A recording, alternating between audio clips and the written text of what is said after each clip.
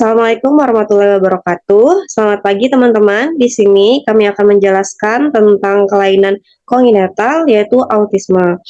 Kami beranggotakan saya sendiri Nisa Fitria, Noveria Pihawiani, Muhammad Abdi Negara, Destin Saktina, Berliana Kolbi, Asri Astriasi, dan Amelia Azhar. Kelainan kongenital dan autisme.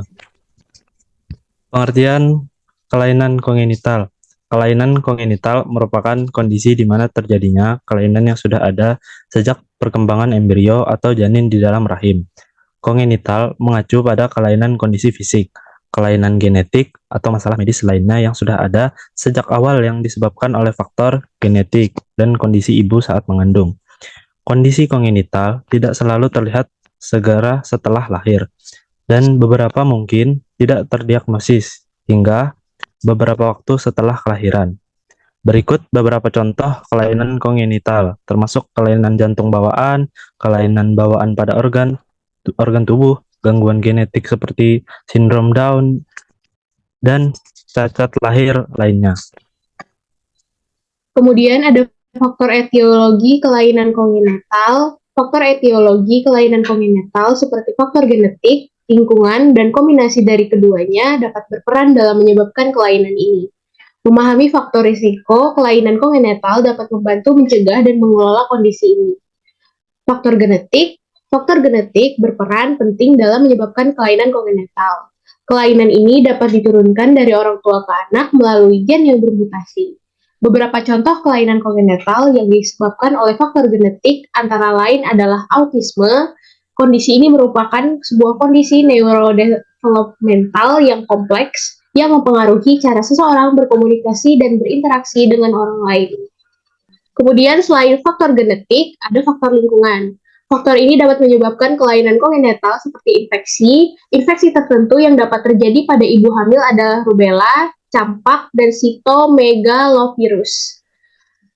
Infeksi yang terjadi dapat menimbulkan resiko kelainan kongenital pada bayi. Selain itu, paparan zat berbahaya seperti radiasi, alkohol, dan obat-obatan terlarang selama masa kehamilan dapat meningkatkan resiko kelainan kongenital pada calon bayi. Terjadinya kekurangan gizi pada ibu hamil seperti kekurangan asam folat selama kehamilan dapat meningkatkan resiko kelainan kongenital pada bayi yang dikandung. Lalu selanjutnya ada pengertian autisme. Autisme adalah gangguan perilaku dan interaksi sosial akibat kelainan perkembangan saraf otak. Kondisi ini menyebabkan penderitanya sulit berkomunikasi, berhubungan sosial, dan belajar. Autisme disebut juga sebagai gangguan spektrum autisme atau Autism Spectrum Disorder atau ASD. Istilah spektrum sendiri mengacu pada gejala dan tingkatan keparahan penyakit ini yang berbeda-beda pada tiap penderitanya. Gangguan yang termasuk dalam ASD adalah sindrom Asperger, gangguan perkembangan pervasif atau PPD-NOS, gangguan autistik, dan childhood disintegrative disorder atau sindrom Heller. Kondisi ini seringkali dikaitkan juga dengan sindrom Savart. Berdasarkan data yang dihimpun oleh WHO, autisme terjadi pada 1 dari 160 anak di seluruh dunia. Sedangkan di Indonesia, hingga saat ini belum ada data yang pasti mengenai jumlah penderita autisme. Penyebab autisme. Penyebab pasti autisme masih belum diketahui secara pasti, namun para ahli percaya bahwa autisme disebabkan oleh faktor genetik dan lingkungan. Adapun faktor genetik, yaitu beberapa penelitian telah menunjukkan bahwa autisme memiliki hubungan yang kuat dengan faktor genetik. Hal ini dibuktikan dengan beberapa temuan seperti 1. Orang tua dengan anak autis memiliki risiko lebih tinggi untuk memiliki anak autis lainnya. Yang kedua, anak kembar identik memiliki kemungkinan yang jauh lebih tinggi untuk sama-sama autis dibandingkan anak kembar non-identik. Yang ketiga, beberapa kelainan genetik seperti sindrom Down dan sindrom Fragile X dikaitkan dengan peningkatan risiko autisme. Meskipun demikian, faktor genetik tidak secara langsung menentukan apakah seseorang akan autis atau tidak. Para ahli percaya bahwa gen-gen tertentu hanya meningkatkan kerentanan terhadap autisme. Yang kedua ada faktor lingkungan, yaitu faktor lingkungan juga dapat berperan dalam perkembangan autisme. Beberapa faktor yang diduga dapat meningkatkan risiko autisme secara antara lain komplikasi kehamilan dan persalinan, seperti kelainan prematur, berat badan lahir rendah, dan infeksi. Yang pertama ada paparan zat berbahaya selama kehamilan atau masa bayi, seperti merkuri dan alkohol. Yang kedua, kondisi medis tertentu seperti epilepsi dan diabetes gestasional. Yang ketiga ada faktor autoimun. Penting untuk dicatat bahwa penelitian tentang faktor lingkungan dan autisme masih terus berlangsung. Masih banyak yang belum diketahui tentang bagaimana faktor-faktor ini dapat mempengaruhi perkembangan autisme. Patofisiologi autisme. Autisme adalah gangguan perkembangan yang sangat kompleks pada anak yang biasanya terlihat sebelum usia 3 tahun. Penyakit ini disebut sebagai gangguan perkembangan pervasif yang ditandai oleh defisit persisten dalam kemampuan komunikasi dan interaksi sosial, serta pola perilaku, minat, dan aktivitas yang terbatas dan berulang. Gejala umumnya mulai muncul pada usia 12-24 bulan.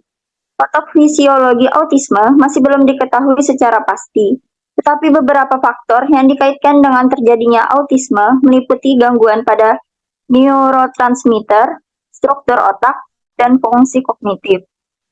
Di antara faktor-faktor yang dikaitkan dengan autisme adalah penurunan aktivitas dopamin yang telah dilaporkan ditemukan pada pasien yang mengalami penyakit ini.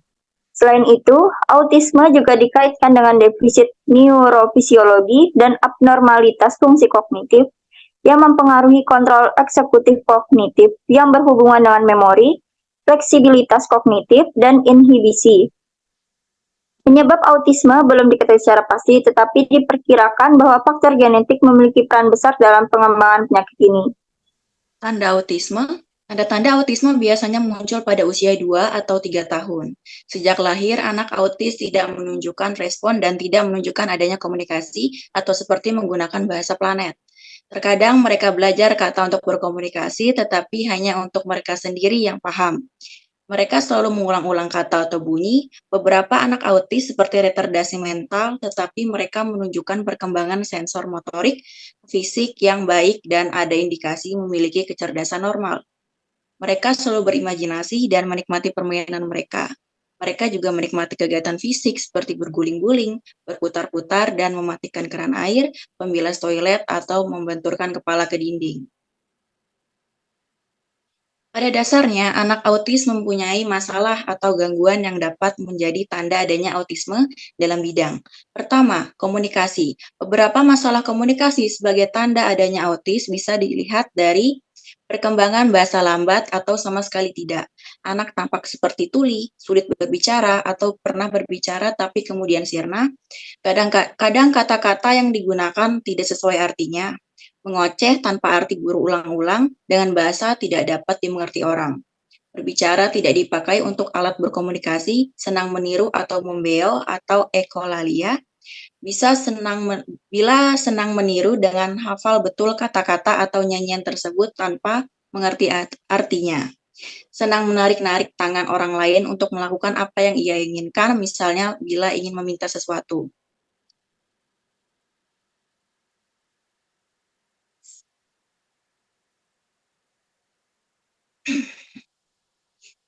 Kedua, interaksi sosial. Dari segi interaksi sosial, anak autis memiliki tanda berupa lebih suka menyendiri, tidak ada atau sedikit kontak mata atau menghindari untuk bertatapan, tidak tertarik untuk bermain bersama teman, dan bila diajak bermain, ia tidak mau menjauh. Ketiga, gangguan sensoris. Beberapa masalah gangguan sensoris yang dialami oleh anak autis sebagai tanda adanya autisme yaitu saat sensitif terhadap sentuhan seperti tidak suka dipeluk, bila mendengar suara keras langsung menutup telinga, senang mencium dan menjilat mainan atau benda-benda, tidak sensitif terhadap rasa sakit dan rasa takut. Jenis autisme yang pertama, autistic disorder. Dulu dikenal sebagai autisme infantil atau autisme klasik. Jenis ini merupakan bentuk yang paling umum dikenal dalam spektrum autisme. Pada autis klasik, gejala biasanya terlihat sejak usia dini antara 1 sampai 2 tahun. Yang kedua, Asperger syndrome. Individu dengan sindrom Asperger mungkin memiliki kemampuan verbal yang baik dan pengetahuan yang mendalam di bidang minat khusus mereka. Namun, mereka cenderung mengalami kesulitan dalam memahami ekspresi sosial, intonasi suara, dan bahasa tubuh. Yang ketiga, childhood disintegrative disorder.